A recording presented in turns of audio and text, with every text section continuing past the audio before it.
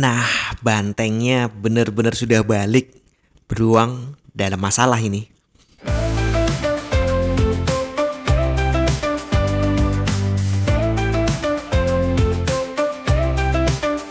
Assalamualaikum warahmatullahi wabarakatuh. Halo Sobat Cuan, apa kabar?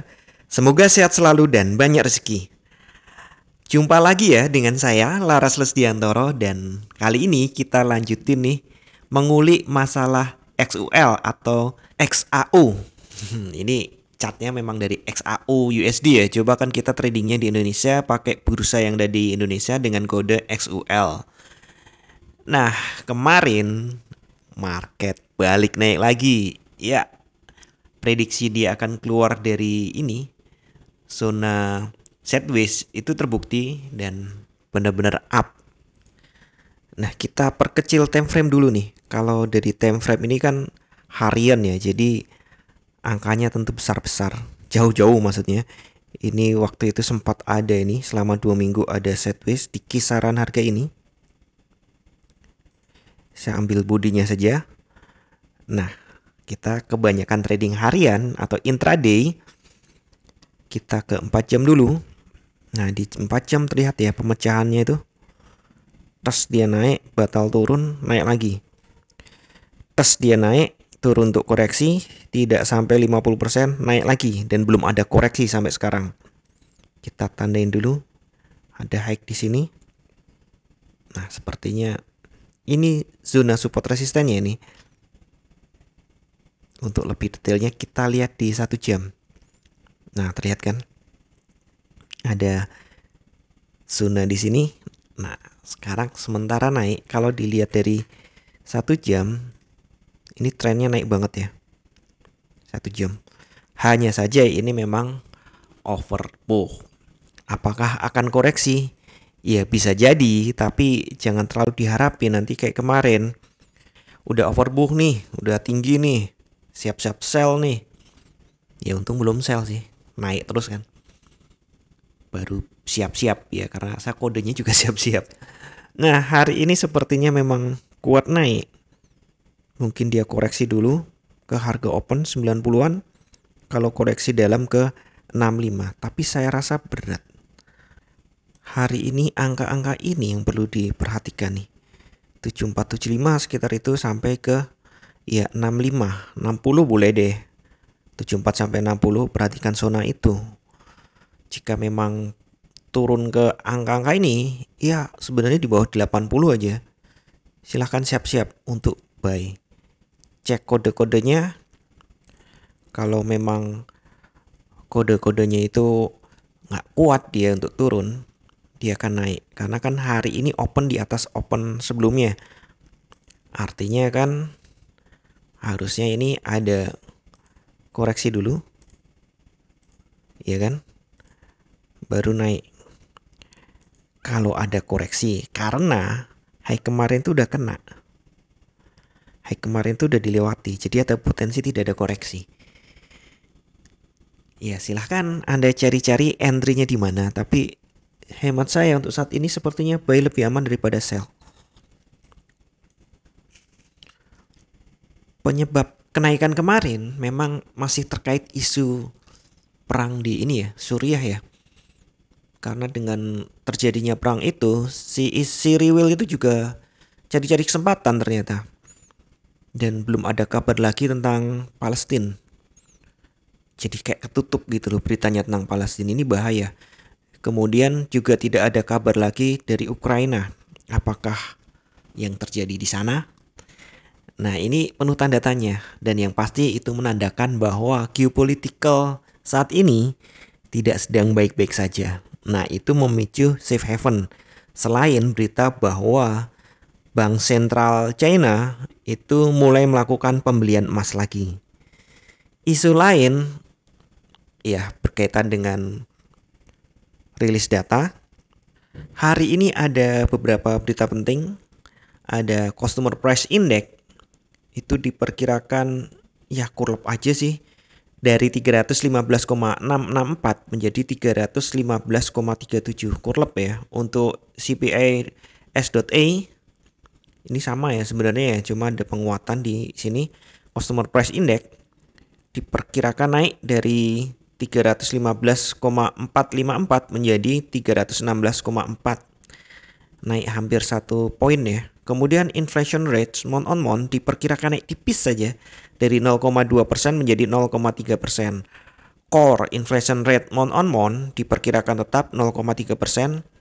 Core inflation rate year on year diperkirakan tetap 3,3% dan inflation rate year on year diperkirakan naik tipis dari 2,6% menjadi 2,7%. Ya, sebenarnya ini angka-angka seperti ini tuh nggak terlalu ngaruh gitu. Cuma karena ini minggu depan tanggal 17-18 ada FOMC meeting yang berakhir dengan keputusan suku bunga. Jika ini nanti nilainya kurang lebih dari konsensus ya, maksudnya aktualnya nanti keluar ternyata kurang lebih dari konsensus, itu diperkirakan emas akan menguat karena itu akan memberi angin segar bagi The Fed untuk menurunkan suku bunga. Ya perkiraannya nih lebih banyak ya, Mas. Ya perkiraannya nih dari para ahli, mereka ya semacam konsensus gitu ya. Mereka lebih yakin bahwa The Fed akan menurunkan suku bunganya sebesar 0,25% atau 25 basis point. Nah, ini tentu akan membuat para trader itu tertarik untuk membeli emas karena ya biasa kan kalau suku bunga dikurangi biasanya emas naik. Ditambah lagi ya ini sudah mulai menjelang Imlek. Biasanya Cina memang pembelian emas meningkat di menjelang Imlek. Santa Rally yang tadinya saya ragukan mungkin akan terjadi.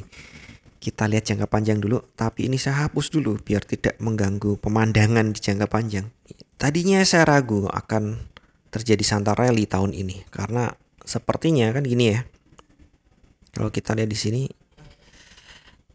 kalau yang sideways ini kita anggap sebagai satu tarikan berarti ini low, high, higher low, higher high, higher low, kemudian ada high. Nah ini seharusnya kan higher low ya, tapi ternyata lebih rendah dari ini. Nah disitulah saya berpikir market akan switch ke bearish. Tapi ternyata kemarin penurunannya tertahan jauh dari angka penting ini di 2536 dan sekarang ini malah sepertinya akan memecah ini high yang di sini di 2721 kan udah deket ya, ini sudah 2700. Nah, jika ada angka nanti di atas angka high ini, apalagi nanti close-nya di atas 700 gitu lah, di atas 714 kayak gitu.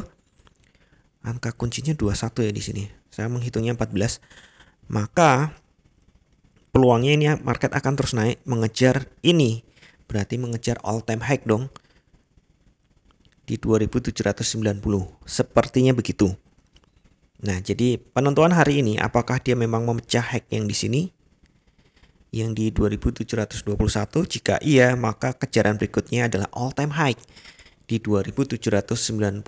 Tentu saja tidak satu hari ya, kecuali ya ada sesuatu yang penting yang mengganggu banget keamanan dan mudah-mudahan enggak ya, itu kan berita buruk ya. Maka kemungkinannya nih sekarang hari Rabu, masih ada Kamis, Jumat. Kayaknya untuk minggu ini agak berat, mungkin minggu depan sekalian FOMC meeting. Ya, prediksi saya seperti itu. Jadi trendline-nya udah jelas saya. Ada low, high, ada higher low, ada higher high, ada higher low, ada higher high. Nah, ini kan pola yang cakep nih.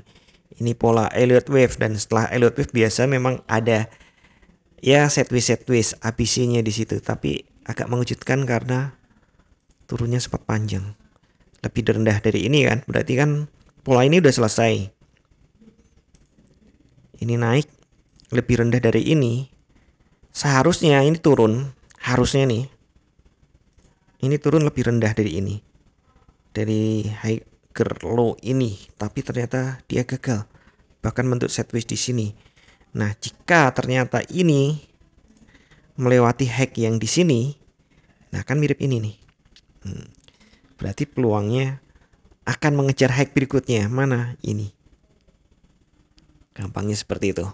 Jadi jelas ya maksud saya, ini ada peluang bearnya gagal berganti dengan bull. Tapi ya, saya ingatkan kembali, tidak ada satupun analisa yang 100% benar.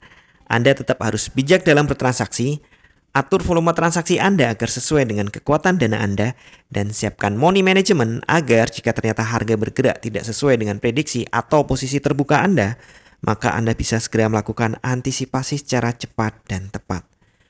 Oke, sekian dulu informasi dari saya. Semoga kita semua cuan hari ini lancar, berkah, manfaat, dan tetap sehat. Amin. Wassalamualaikum warahmatullahi wabarakatuh. Equity World Futures.